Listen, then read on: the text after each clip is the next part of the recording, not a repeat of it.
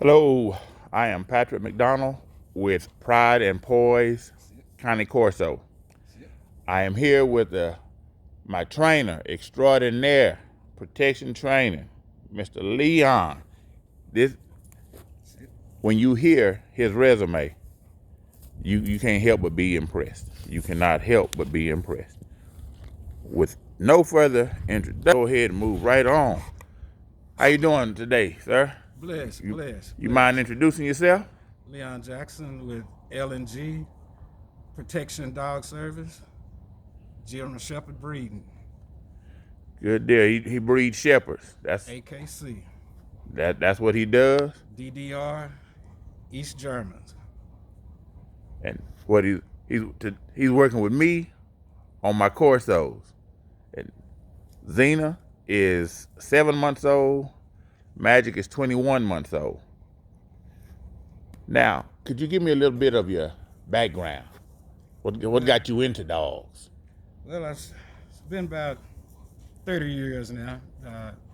Started out with Dobermans, German Shepherds, and was just about to get into rocks, and the rocks took off, and I wanted to go in a different venue, and wolves has always been a favorite of mine. Wait. What? Wolves. Did y'all hear that? He said wolves, not the dog wolf, not the wolf dog, but actual wolves. Yes. That when he first told me that just blew my mind. So you trained them like you training my dogs. Yes. Mackenzie Valley, Eastern Timberwolves. So yeah, I had 6 over the years that I bred, and Get down, Magic. we had a little venue. It was Worldwide Wolf Registry, and we had some wolf shows, and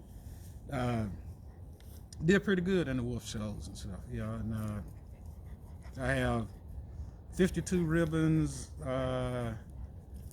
4 trophies in different places.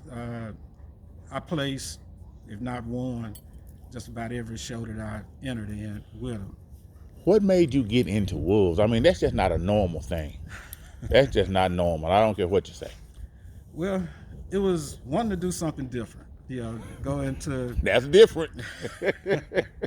like I was saying, I was just about to get into the Rockwilders, and they were taking off and getting popular. The Dobermans, they got popular, and I always liked the working breeds. So that was wolf's always been my favorite animal, and like I said, at that time, you could look in the newspaper and get whatever you wanted.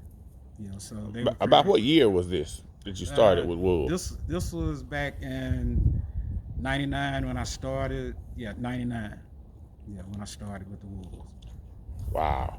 So, yeah, did pretty good with those, with the breeding, and that was pretty good. So, got a lot of. Used to go to the wolf shows, and I would win best on lead at every show. You know, and some of the people brought their animals, but couldn't take them out of the vehicle.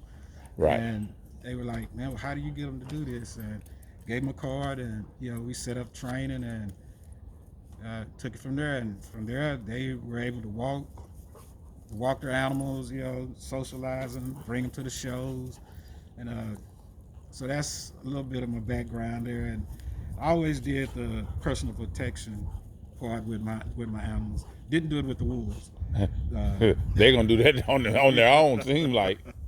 Yeah, because wolves are not good watchdogs. Right, because they no barking. Yeah, I mean, they howl. I mean, they bark 1% of the time, where a dog is 210% of the time barking.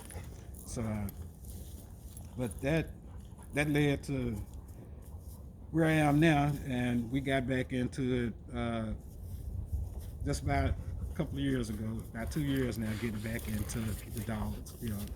Kind of laid off after the wolves, and so now we're back into obedient training, personal protection training.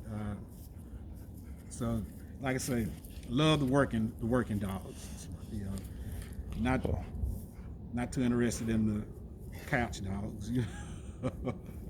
Right, right. Well, I like to think I have some working dogs right Oh here. yeah, you've got some good ones. We came a pretty good way with Magic here, and I remember when we first spoke on the phone, I told you, I don't think this is gonna work with Magic because and when he started growing so fast and he would jump on my wife and my son and he'd want to bite, just playing though, I got all of that out of him. He was just docile. I mean, he wouldn't bite a hot biscuit. And you were like, if it's in him, I can bring it out. And I was like, I really think we wasting our time, but I'm gonna try it. Because I did not believe it could happen with him. well, you know, But when you showed me the videos at what was it, 8 weeks old? 8 weeks old. 8 weeks old, and he had the aggression in him, and that's why I was saying if it's in him, I can get it out of him. And when you showed me the videos, that's when I was like, oh yeah, we have something we can work with. You know? I did not believe it. I swear I didn't believe it. I was like, I'm wasting my time and yours. But now, man, I couldn't be prouder. You have brought out some stuff in this guy. When people see him, they think he's just so lovable and kind and sweet and just want to be loved. And that is true because he's an extremely lovable dog. Oh yeah, But now, on command, he can turn into your worst nightmare. right. And that's what we had our talk about is a well balanced dog. Yes. You know, not just a dog that just goes in, he's just all over the place with his aggression. When I say well balanced, we want a dog that we can actually flip the switch, turn him on, turn him off. So, Right. you know, and we've got that, you know, with him and stuff. I mean, and He seems to be a perfect balance right now. I mean, this guy, he is something else. Now, Zena, she walked in the door, I think out of birth, she was just aggressive as can be. She's some kind of special. but like I said, we said before, you know, that came with, you know, we started out from day one with her. Right. And she's from a working breed. Exactly. She got that working line. She got that bloodline that's really tough. That's it. Good But, I girl. mean, Magic, like I said, Magic had it in him, but that was so we started with Magic when he was what age? Oh, now that's a good question. Uh, I think he was right. If I recall right, I think he was like about 13, 14 months. That's what I'm thinking. Yeah. 13, 14 months old. Yeah. No. Yeah.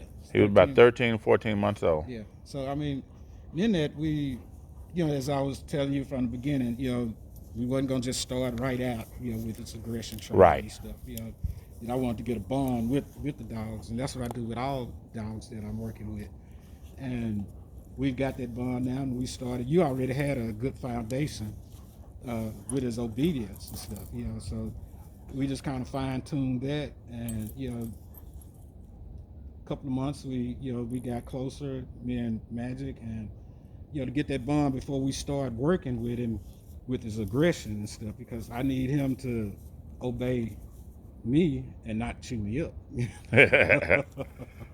Yeah, 'cause they have a strong bite force. Yeah, And you definitely want to be able to control him and kind of like what you said, like a light switch.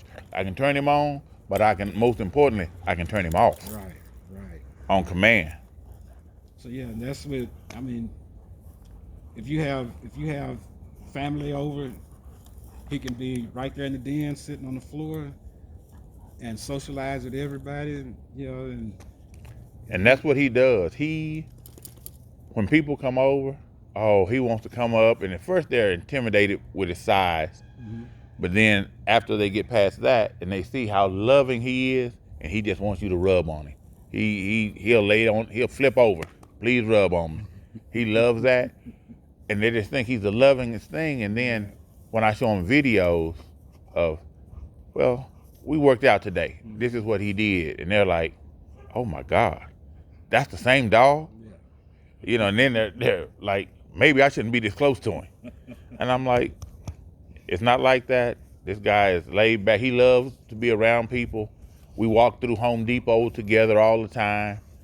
people just come up and rub on him. He loves it, but he also knows when it's go time. He knows when I tell him, there you go. Yeah. And that's what you've trained him to do, and that's why I'm most appreciative. Well, I'm glad you're happy with him, and like I say, with Magic, we're just about getting close to the graduation part with him, and then we'll be focusing on Zena, and she's just basically following his lead. I mean, we really hadn't done much with her other than obedience, but she watches the workouts with him, and Right. she picks it up just like that. So, They're a smart breed. They really are. How do you like working with Connie Corsos? well, this actually was the first Corsos that I worked with, and I had to do a little homework, and you taught me a lot, about the breed, because like I say, Dobermans and Shepherds are my specialty, and now with a couple other clients that have them, I really like them now and stuff. I'm really contemplating getting one of these. Because I love the aggression that's in them. And, they're a good working breed. When I first got into them, I was like, they're okay. But now they've grown on me now. So I have a friend at church. His daughter is about to buy a new home, and she wanted to get one for protection. And I told him, best choice she can make is getting a Corso, but get one and train the Corso, because it's going to be a large dog, and you don't want to be walking around with a loaded double-barrel shotgun, as you told me from the very beginning. You want this to be trained. You want your dog to be trained, and they're naturally going to be protectors. That you are part of their pack. They want to protect their pack. exactly. But when I talked to him, I said, and he was like, well, the dog she found two. One of them was for $300. I said, you want to pass? If they're selling a Corso for $300, good chance it might not be a full-blooded Corso. It's going to be a scam, or there's some genetic problems that you don't want to mess with. And he said the other one was like $2,500. I said, check out the breeder. Make sure you go and look at the mom and dad. If they don't want to let you see the mom and dad, go pass. That's not the one you want to deal with at all. But I've truly, this past couple of weeks, we weren't able to train due to some family issues that my family went through. And man, they missed training. They absolutely love training. When I grabbed this harness this morning, oh man, this dude ran around the house like it was his birthday, and he just got a Mercedes-Benz for his birthday. He was excited. And he was going crazy when I picked up that harness, because I hadn't picked it up in about 2 weeks. Yeah. So he was so excited. They love training. They love working. They love pleasing their owner. Right. With working dogs, that's what they're bred for. So they actually, like you said, they love to work. Yes. They love to work. So and if it's in them genetic, this bloodline, parents, grandparents, great grandparents, great great grandparents, you have a full bloodline of working dogs, and this breed has a strong protection bloodline. Yes. So it's very easy to to get them to go to work, and once they're into it, like you said, they're looking forward to it on a daily basis. Oh yes. With them, I have 8 generations. And there's 2 grand champions in the bloodline. So I'm really excited. Man, she is on alert at all times. She is constantly on alert. I heard something back over there by my neighbors, and that's why she's barking. Great guard dog. She's gonna let you know. She will let you know. Well, Yeah. I really appreciate your time. I appreciate everything. We're gonna keep going. Oh yeah. We're gonna keep going, Oh yeah. without a doubt. Ladies and gentlemen, this is the great Leon. When I first met him, I met him through a coworker. She told me, because I was telling her, I'm thinking about getting some protection training for my dog. I just don't know if it'll work because my dog is just too chill. And she was like, my husband's a good friend. He trains dogs. He started off, he's trained wolves. And I looked at her, I was like, did you hear what you said? You know, so that got me curious to find out more about you. And she gave me your number, and I put you in there, Leon, the true dog trainer. That's what I still have you listed at in my phone, the true dog trainer. Because if you can train a wolf, you most certainly can train a dog. I appreciate your time and look forward to you training my litters that are coming in the future.